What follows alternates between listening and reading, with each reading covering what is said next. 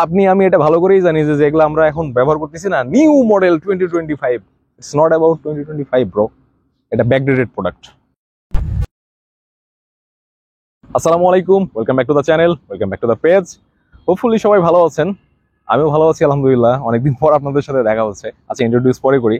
Honda x blade FI ABS double disc বাইকটা launch হয়ে গেছে।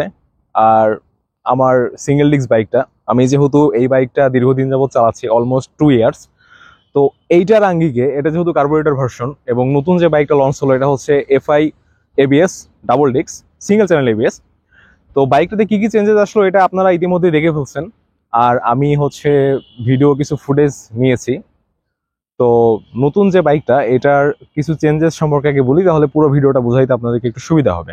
প্রথম চেঞ্জের যে কথাটা বলি, এটা হচ্ছে এই ট্যাঙ্কের যে কি লক।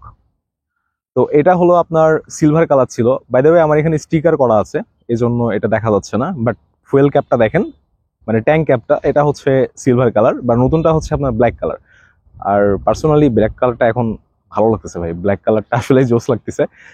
আর সেকেন্ড যে চেঞ্জ, আমি কসমেটিক্স চেঞ্জের কথা বলতেছি, সেটা হচ্ছে গ্রাফিক্সের পরিবর্তন আনা হয়েছে। এবং আরও একটা মেজর চেঞ্জের কথা বললে ইঞ্জিন গার্ড, যেটা নামে আমরা চিনি, অনেকে ইঞ্জিন প্রোটেক্টর বলি, আসলে এটা ইঞ্জিন প্রোটেক্টর না, ইঞ্জিন গার্ড বা ইঞ্জিন কাউল। তো এই ইঞ্জিন কাউলটা ডিজাইন চেঞ্জ করা হয়েছে। আর এই মুহূর্তে আপনারা যে বাইকটা স্ক্রিনে দেখতে পাচ্ছেন, এই বাইকটা ইন্ডিয়াতে অনেক আগেই লঞ্চ করা হয়েছে এবং বাংলাদেশে প্রত্যেকটা কোম্পানি লেট করে বাইক লঞ্চ করে। এটা এখন মানে কি বলবো ভাই, আপনারা সবকিছুই জানেন, আর এটা নিয়ে কথা বাড়ানোর প্রয়োজন নাই। Honda x blade double disc FI ABS এই বাইকটার মেজর যে চেঞ্জেস, এটা হচ্ছে ইঞ্জিনে কিছু চেঞ্জ করা হয়েছে। আপনার পিজিএম এফআই, যেটা হচ্ছে হন্ডার ইকো টেকনোলজির মতোই কাজ করে, যেমনটা আপনারা আগে দেখছেন কার্বোরেটর ভার্সনে, লাইক এটাতে হচ্ছে এইচইটি টেকনোলজি ব্যবহার করা হয়েছে, ঠিক ওই রকম হচ্ছে পিজিএমএফআই। আর পিজিএমএফআই সম্পর্কে আপনারা অনেকেই অবগত, তারপরে আমি অল্প করে একটু বলে দিই।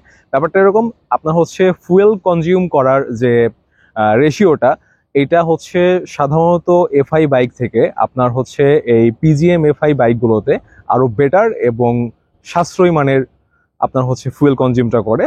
আর এটা নিয়ে লম্বা একটা পরে ভিডিও করে দেবো, সমস্যা নাই। এবার টপিকে ফিরি ভাই। তো ইঞ্জিনের যে চেঞ্জের কথা বলতেছিলাম, এটার টর্ক হচ্ছে 13.9 নিউটন মিটার অফ টর্ক, যেটা আমি পার্সোনালি ব্যবহার করতেছি এবং হচ্ছে এখন পর্যন্ত আমাদের দেশে যে ভেরিয়েন্টগুলো ছিল। বাট নতুন যে এক্স ব্লেডটা, এটা হচ্ছে আপনার 14.7 newton metre of torque. Initially দেখা যাচ্ছে কিছুটা টর্কই হবে, রেসপন্সটাও ভালো পাওয়া যাবে এইটার থেকে। আর মাইলেজের ব্যাপারটা হচ্ছে এটার থেকে বেটার পাওয়া যাবে, কারণ এর পেছনের কারণটা হচ্ছে কার্বোরেটরে বরাবরই আমরা দেখছি যে কিছু না কিছু মাইলেজ কিন্তু কম পাওয়া যায় কম্পেয়ার টু এফআই। বাট এইটা কার্বোরেটর হওয়ার সত্ত্বেও টু বি অনেস্ট ভাই, আমি 48 to 50 প্লাস মাইনাস পেয়ে আসছি আলহামদুলিল্লাহ। তো এটা নিয়ে আমার কোনো কমপ্লেন নাই। 160cc সেগমেন্ট, এত সুন্দর একটা mileage, okay, no complain about that. But নতুন যে আপনার পিজিএমএফআই, এইটাতে কোম্পানি ক্লেম করতেছে অ্যাপ্রক্স 60 কিলোমিটার পার লিটার। আমি বলবো না যে বাইকটা আসলে 60 মাইলেজ দিবে, কারণ পরীক্ষিতভাবে না দেখে আসলে বলাটা উচিত না। তারপরেও আমি যতটুকু দেখছি বা আমার ছোটখাটো অভিজ্ঞতা থেকে যদি বলি, তাহলে 55 প্লাস মাইনাস আমি ধরে রাখবো। অবশ্যই 2-4 কিলোমিটার বেটার এটা থেকে হবে ভাই, এটা শিওর থাকেন। আর আরো একটা বিষয়, সেটা হচ্ছে যে হন্ডা কোম্পানি বাংলাদেশে কি করতেছে, অ্যাটলিস্ট এটাতে কিছু আপডেট করতে পারতো, কিছু না কিছু চেঞ্জেস নিয়ে এটাতে লঞ্চ করতে পারতো। একই বাইক ইন্ডিয়াতে যেটা অনেক আগে লঞ্চ করা হয়েছে, সো রিলঞ্চ বাংলাদেশে করলো, সেম টু সেম ভাই, কিছু চেঞ্জেস তো আনলেই আনা যেত। প্রাইস যেহেতু বাড়ানো হয়েছে অলমোস্ট 8,000 টাকার মতো, তাই না? তো অনেকের একটা এক্সপেকটেশন ছিল যে সামনের টায়ারটা হয়তো বা অ্যাটলিস্ট 90 সেকশন করা হবে। সো এটা হতাশ, টায়ারটা 80 সেকশনই আছে। আগের মডেলে যেরকম 80 সেকশন ছিল, নতুনটাতেও 80 সেকশন দেওয়া হয়েছে। ওভারঅল সবকিছুই এক, শুধুমাত্র কিছু কিছু চেঞ্জেস করা হয়েছে। অনেকের ডিমান্ড ছিল যে ইউএসডি সাসপেনশন দিতে পারতো, লাইক থ্রিলার 4V বা হচ্ছে নতুন টিভিএস অ্যাপাচি আরটিআর 160, ওইটাতেও কিন্তু ইন্ডিয়াতে আপসাইড ডাউন সাসপেনশন দেওয়া হয়েছে।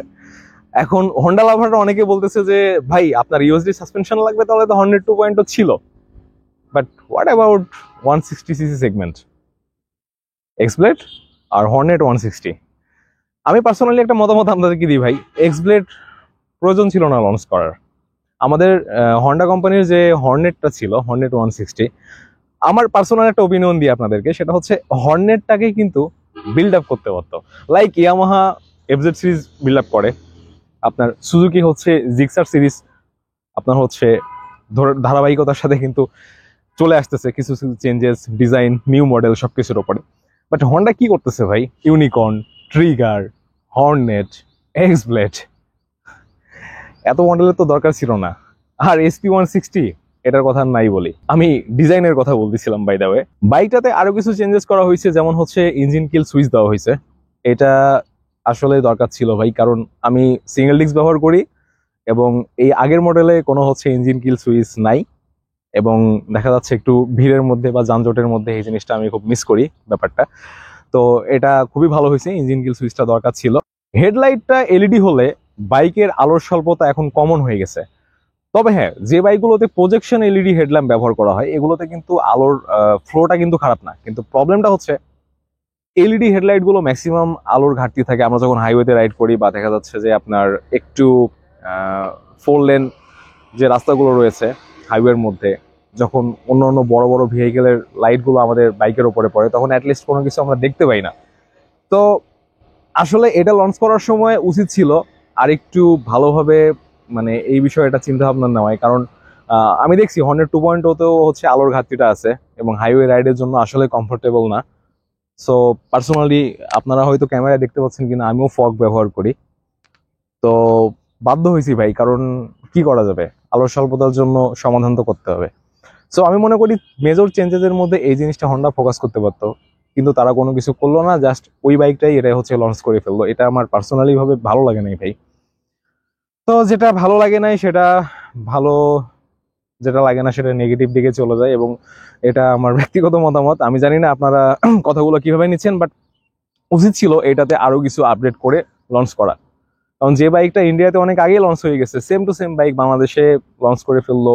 অ্যাটলিস্ট প্রাইস বাড়তেছে, ইয়েস এফআই দেওয়া হয়েছে, এফআই দেওয়ার জন্য তাদের কস্টিং মেবি একটু প্রোডাকশনে বাড়ছে, বাট ভাই এই লটগুলো তো অনেক আগেই প্রোডাকশন করা।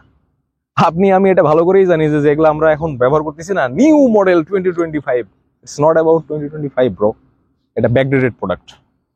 তো ভাই ব্রাদার্স, এই ছিল আজকের ভিডিওর জন্য, কিছু ডিটেল আলোচনা করার চেষ্টা করলাম, কিছু আপনাদের সামনে তুলে ধরার চেষ্টা করলাম। আর অলমোস্ট আজকে 3 মাস পর ভিডিও দিছি, আমি বিষয়টা নিয়ে লজ্জিত ভাই।